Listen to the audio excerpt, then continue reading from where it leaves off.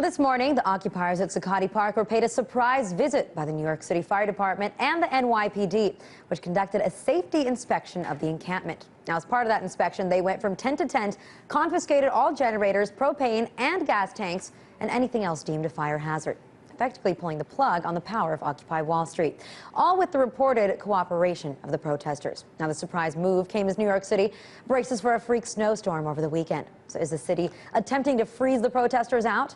And why are they suddenly allowing the protesters to erect a tent city? Joining me from our studio in New York to discuss it is RT producer Lucy Kafanoff.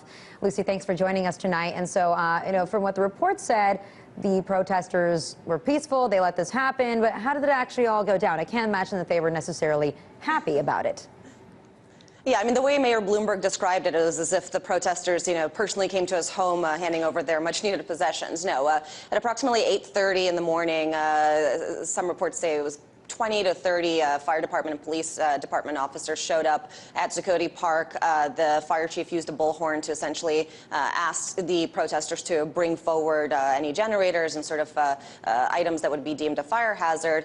The protesters didn't do that, and then, as you described, the fire department officials, about 20 of them, along with police in uniform, essentially went tent to tent, searching through people's possessions, and in the end, they ended up confiscating something like 6 generators, about 13 gallons of fuel, including a biodiesel generator and a generator that ran on used cooking oil, which is kind of interesting. So that was it was a bit surprising, but protesters are finding sort of different ways to prepare for the winter because, again, as you mentioned, it is cold today and a snowstorm is coming. So do the protesters feel like this is all just an attempt to freeze them out? We've heard Mayor Bloomberg say in the past, when he decided that they could stay indefinitely, basically making his own assumptions that once the weather got cold, he thought they would leave. Now it sounds like the weather's getting cold and they're trying to give it an extra little kick to try to make sure they leave.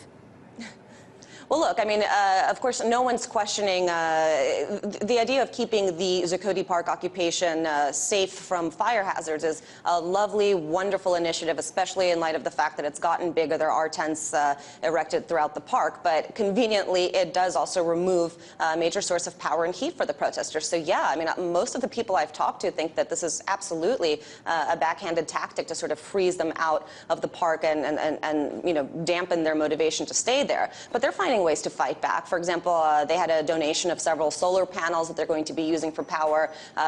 Some of the protesters I talked to today said that they're getting these stationary bikes where you essentially have to pedal on a stationary bike, little bicycle thing to power up whatever technology you need to use. So they're finding ways to do this, but again, it's not the best time considering that we are expecting snow tomorrow. And I should also add, I mean, these power generators weren't just in the media area or the food area. The medical tent relies on power. So that's, a really critical health issue for the protesters. All right, now, Lucy, you've been our girl on the ground there at Zuccotti Park. You spent a good couple of weeks and you came back safely to Washington, D.C., but now you're in Zuccotti Park again. So just tell me, in just the 4 days that you were gone, what's changed over there? Well, I mean, physically, it looks very different, very, very different, especially from the time that you guys were down there. They do have these tents now. I mean, it kind of looks like a, base camp at Mount Everest. Tents are all over. It's a lot harder to get through. The turnout is still pretty big, but again, the weather is getting cold, so you almost have this blanket of gloom across the park. But physically, just the way it's changed was the biggest surprise for me. And I feel it sort of divided the park to some degree. I mean, they need the tents in order to survive the winter, to stay in the cold, but at the same time, it sort of changes the atmosphere a bit because things used to be a lot more open. One of the protesters I talked to said that, in the past, sanitation teams, for example, as they're cleaning the park areas, if they saw any sort of riffraff or people doing anything wrong, it was a lot easier to sort of self-police themselves. Now that people have tents to crawl into, it's a little bit harder to manage the issues among protesters on the ground. Well, so what happened there? Why are they all of a sudden allowed to have tents? Because this has been a very contentious issue. For a while, they were told they were only allowed to have tarps on the ground, no actual tent city. They couldn't occupy the way they wanted to. And why did that suddenly change? Yeah, well, it's a good question. I mean, I was physically there several occasions when police officers went into the park to remove tent structures, including the Sukkot Jewish religious structure, saying that that was against the rules of the park, and it was illegal for them to keep that there. And I've witnessed police officers tearing that down. So it is really surprising. Bloomberg, when asked about this, said that, or one of the police officers, I apologize, when asked about this, said that it's not that they're choosing not to enforce this rule. Brookfield Properties, which owns Zuccotti Park, hasn't asked the city officially to tear down those tents. But at the same time, we've seen police officers randomly enforce certain rules at their will. So it's a bit confusing why they're letting this stay. Maybe who knows? Maybe they're trying to dampen their motivations step by step. Maybe next week they'll come in for a big raid. But I know a lot of the protesters will be holding their fingers crossed for that not to happen, given the weather.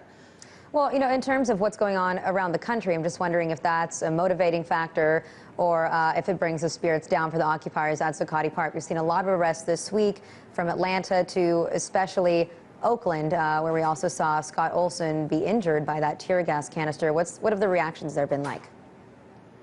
Oh, people are furious about this because remember, this is a very web-connected occupation. They're very much on top of what's going on in other cities and other areas across the country. The beating of Scott Olson, the excessive violence and force used by the Oakland Police Department was very closely monitored here. People were furious about that. And in fact, it did sort of result in a boost in numbers, which was later dampened by the coming rain and the weather. But we saw even just 2 nights ago, for example, a major protest where one of the activists that I spoke to said that they've spent all of these weeks training people to be nonviolent, to be calmer, to sort of give no reason for the police to crack down. Well, because of these crackdowns in Oakland, they saw a lot of activists who were, a little bit more rowdy than usual, pulling the orange netting out of the hands of the police officers, for example, trying to knock down barricades. So it's sort of, yes, it's energized the movement, but it's almost brought out an unseen rage that we haven't really